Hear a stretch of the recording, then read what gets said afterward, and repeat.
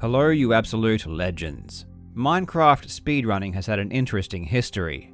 For many years, it really wasn't taken all that seriously, at least in the Western Hemisphere. Until fairly recently, it was primarily the Japanese that would speedrun this game, having their own community separated from speedrunning's central hub. But suddenly, within the last 2 years, Minecraft has taken over, becoming the most popular game to speedrun in the entire world. It's pretty crazy how fast it has risen in popularity, and I have to admit that even as someone who likes to think they're pretty in touch with the speedrunning community as a whole, the rise of Minecraft caught me off guard. Over the years, I had seen various videos of people beating Minecraft as quickly as possible, but I didn't quite understand the appeal. On its surface, Minecraft doesn't seem like an ideal candidate for this type of competition. The movement is somewhat clunky and basic, and I would wager that most people that play the game either have never reached the end or simply don't care to. The heart of Minecraft is the player's ability to create their own unique world, not to beat the game necessarily.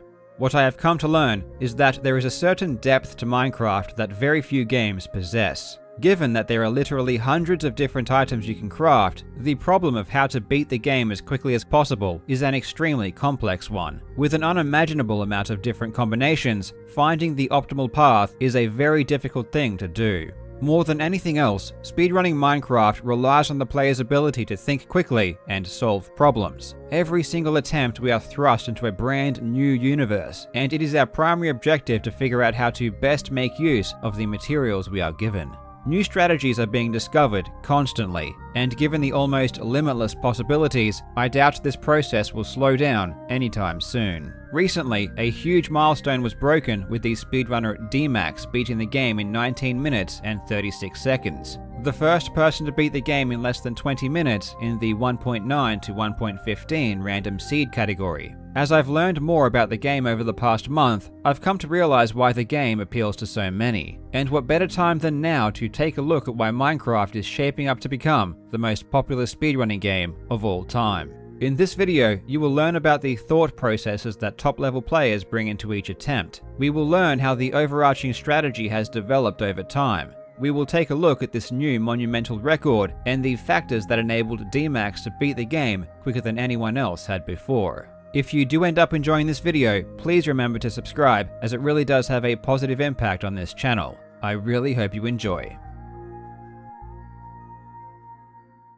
Now before we go on, this video is sponsored by audible.com. And this is a sponsor that I'm very passionate about, because for me personally, audiobooks have had a profoundly positive impact on my life.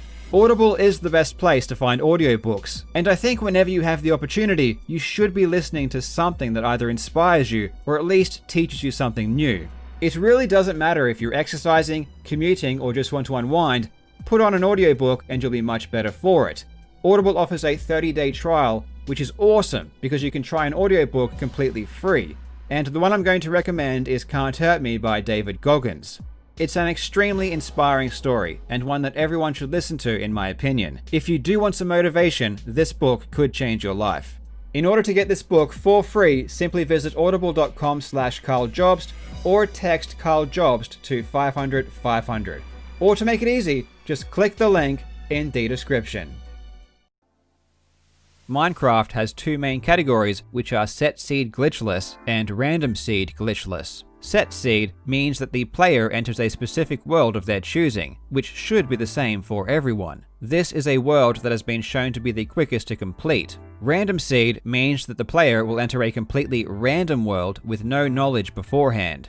This is the most popular way to speedrun the game, and in my opinion is the most interesting. This is very different to traditional speedrunning, where players grind the exact same geometry over and over again. In random seed runs, it is problem solving that takes center stage, as players need to think quickly and figure out the best way to negotiate through a world they've never seen before. In speedruns, players have two main quests: the acquisition of blaze rods and ender pearls, which they need to create Eyes of Ender for the end portals. Along the way, they also need to acquire food, tools, and beds. The reason for getting tools and food is fairly obvious, and beds are needed as they are one of the easiest ways to deal massive damage to the Ender Dragon. This is because when you attempt to sleep on a bed in either the End or the Nether, the bed will explode, causing huge damage to its immediate surroundings. Speedruns in the random seed category are sorted based on the version you choose to play, pre 1.9, 1.9 to 1.15, and 1.16 plus. While there are a ton of small differences between each of the versions, the main thing that sets these three subcategories apart is the way in which players collect Ender Pearls. For the majority of Minecraft's history, players would farm pearls from Endermen,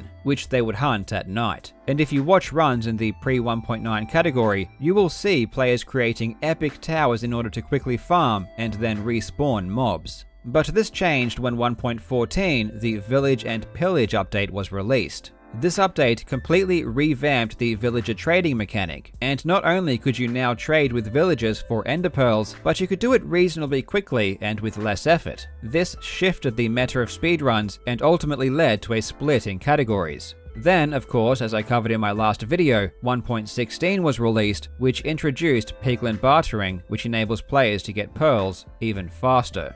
Again, with the change of ender pearl meta, a new category was born. So with pre-1.9, players hunt Endermen, with 1.9 to 1.15, players trade with villagers, and in 1.16, players barter with piglins. I plan on covering each of these different version categories in due time, but for the sake of this video, we will only be covering this new world record by DMAX, which sits in the 1.9 to 1.15 category.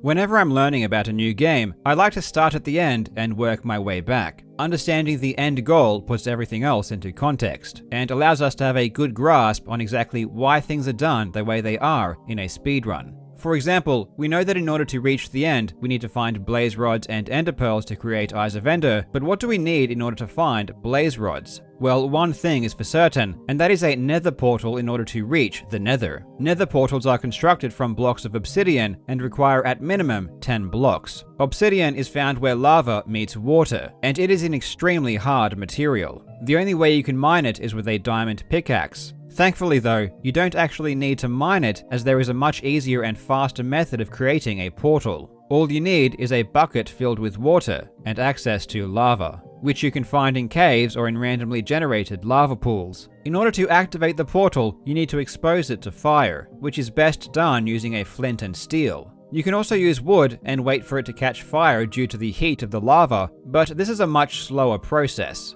In total, the bucket and flint and steel requires 4 iron ingots. There are many ways to acquire iron ingots, and this is where the complexity of Minecraft starts to seep into speedruns. You can mine iron ore, but this is probably the least efficient way to gather ingots. You would have to create a forge and then spend time smelting it down. While you're waiting, there aren't many options for making good use of your time.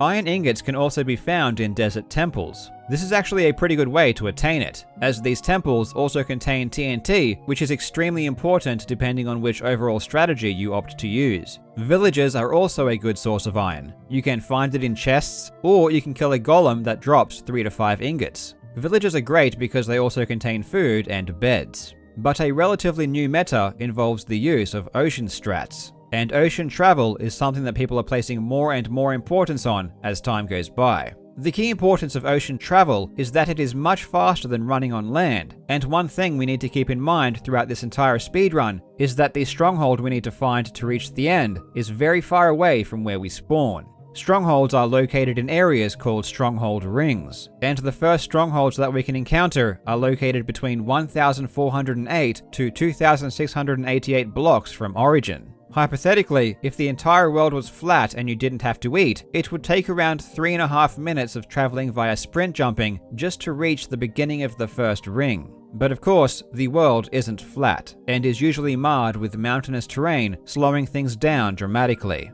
Sprint jumping is also one of the most exhausting things you can do, meaning that you will have to consume huge amounts of food. Traveling by boat is superior in almost every way. It is faster than sprint jumping, doesn't cause exhaustion, and allows you to travel at max speed consistently without being impaired by obstacles. It is an obvious choice. but in saying that, you will still need to find iron. But luckily, the waters of Minecraft are littered with shipwrecks that not only provide us with iron ingots, but also contain food, emeralds, and treasure maps. In D-Max's world record run, he spawned right next to an ocean. His first priority was attaining wood to craft a crafting table, basic tools, and a boat. He then immediately initiates water travel in search of a shipwreck. After traveling for over a minute, he reaches a shipwreck and finds enough iron for a bucket and flint and steel, along with some emeralds, which will be useful later. Once a particular direction has been chosen and ground has been covered, it's really important to keep traveling in that same direction. The stronghold is too far away to be zigzagging around the map, and this is where a lot of the luck aspects lie. On your way to the stronghold ring, you want to stumble upon key structures in order to gather the necessary resources, and you more or less need these structures to be on or around your chosen path. Just after looting the ship, D-Max encounters land, and in order to keep moving in the same direction, must ditch his boat and proceed on foot. He then quickly mines some gravel in order to get a flint to be used for the flint and steel he needs to light the Nether portal. Further along, he encounters a village where he quickly gathers food and beds. Beyond the village, he finds a lava pool, which is the perfect opportunity to build a Nether portal. One thing to note is that blaze rods are always farmed first. This is because the villager trading strategy to get pearls can only be done on day 2, so either way you need to wait until nighttime before you can sleep. So ideally, you want to find resources and iron, travel to the Nether for blaze rods, and return before nightfall on the first day.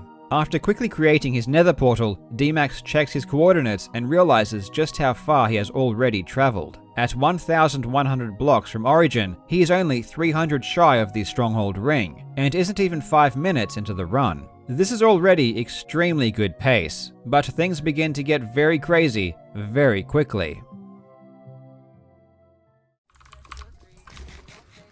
Alright, so 5 entry, we're at 1,000, holy shit. This might be a good run, actually. I mean, we still need a temple, a fortress, and a savannah village, but... at least the fortress is there. His Nether portal spawns directly on top of a fortress. You really can't get better luck than this, and many runs end right here because a fortress is nowhere to be found. D-Max immediately finds the spawner and farms blazes as they appear. Each wave is separated by a gap of 10 to 40 seconds, and during this downtime, players will place and mine gravel in order to farm flint. We need 4 flint in order to create 2 fletching tables, which will be used later in the run. Speedrunners will collect 7 to 8 blaze rods depending on how much risk they want to incorporate into the run. We need to use one of the rods to craft a brewing stand, which will again be used later. And 6 of the rods will be used to make blaze powder, ultimately allowing us to create 12 Eyes of Ender. If you leave the Nether with the bare minimum of rods, this can end up backfiring on you. Eyes of Ender are used to locate the stronghold. When you throw them, they will float in the air pointing in the nearest stronghold's direction, but each time you throw an eye, it has a 20% chance of breaking. So usually at least one eye will end up breaking on you. End portals can generate with eyes already placed in the portal blocks. In fact, each block has a 10% chance of containing an eye, so most runs will have at least one already there. But if you rely on that, a certain percentage of runs are going to fail. Ultimately, it depends on how optimized players want their runs to be, and how much time they are willing to put in grinding for that ideal scenario. In his run, D-Max wanted to be safe, so he collected 8 rods, essentially removing all risk. Returning to the overworld with blaze rods in hand, we now only need to obtain ender pearls. The current strategy used by top players is to purchase pearls from a villager cleric. Pearls are expensive, however, and you will need a ton of emeralds in order to buy enough. The main way to get enough emeralds is to trade sticks with villager fletchers, and you are going to need a lot of sticks. At minimum, you need 2,752 sticks, which is 43 stacks. You can get 43 stacks of sticks from 21.5 stacks of planks, and you can get 21.5 stacks of planks from just over 5 stacks of logs. That is a massive amount of logs, and if you were to collect logs in the traditional way, which is by using an axe to cut down trees, it would take a long time to get enough. Back in March of last year, when Dream set a new world record of 32 minutes and 21 seconds, he spent a full 8 minutes cutting down trees. A much quicker method is to use TNT to blow up trees in dark forests or houses made of wood in villages. The only issue with this method is acquiring TNT to begin with, which is done by disarming the pressure plate at the bottom of desert temples and taking the TNT beneath. This means that we do rely on finding yet another structure. D-Max was incredibly lucky on his run. After returning from the Nether and continuing towards the Stronghold Ring, he finds a desert temple with both a dark forest and a small village nearby. He collects the TNT and heads to the forest to begin farming logs. During this process, night begins to fall, and he sleeps at the earliest opportunity in order to bring about day 2. Once enough wood has been collected, he makes his way to the village. The village is tiny, but luckily there are 3 villagers already there. For optimal trading, we need 2 Fletchers and 1 Cleric, so as soon as he enters the village, D-Max breaks 2 composters, which removes the existing professions of the villagers. He then places 2 fletching tables and a brewing stand, which will convert the now unemployed villagers into Fletchers and a Cleric. Now the trading process begins.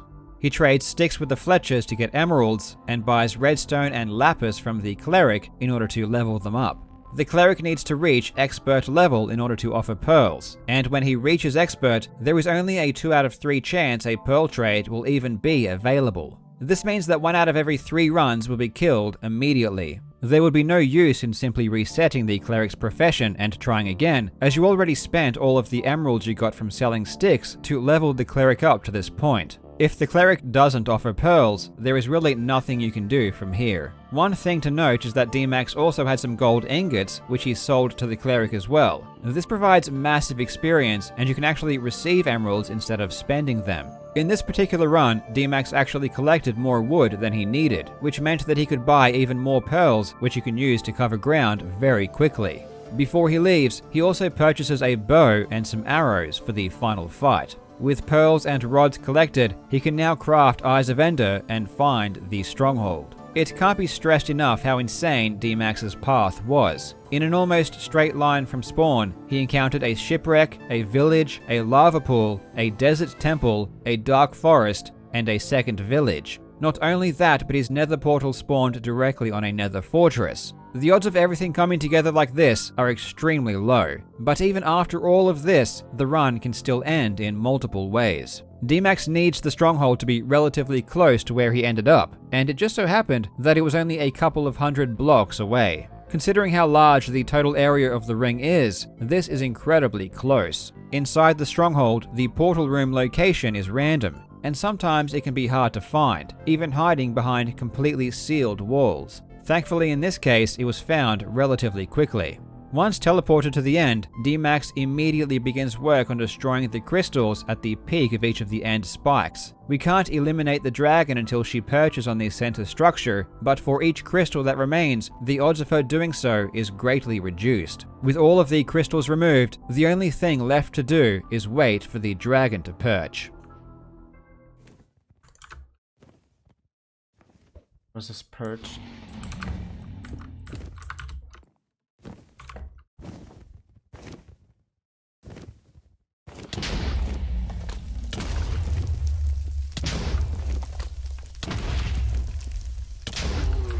Oh my god, this is sub 20. This is sub 20. That's sub 20. That's sub 20. That's sub 20. Oh my god.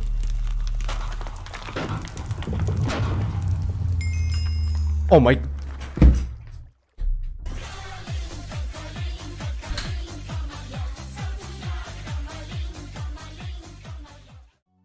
Now, in order to avoid any possible confusion regarding the 2 timers in the top right corner, the 2017 represents real time and the 1930 represents in-game time, which removes load times. This new record by D-Max is absolutely insane considering how lucky he was, and it was the first time that anyone had beaten this category in less than 20 minutes. But despite how good it seems, people aren't expecting it to last very long. And the reason for this is a relatively new strategy involving monuments and buried treasure. Now, I don't want to give away too much because I plan to cover this as soon as the current world record is broken, but I do want to mention a recent speedrun by the player Doipingu. Using this newer strategy, he was able to get a time of 20 minutes and 17 seconds. but that final time is a bit deceiving. He actually entered the stronghold a full minute ahead of D-Max's record, but then it all went horribly wrong. So as you can see, there is still huge potential for this time to come down much further. All we need is for all of the elements to come together.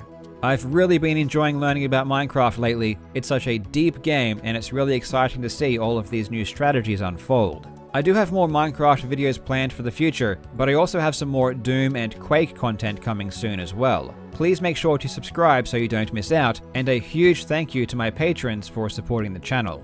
As always, thank you so much for watching, you legends. I hope you are having a fantastic day, and I will see you in the next video.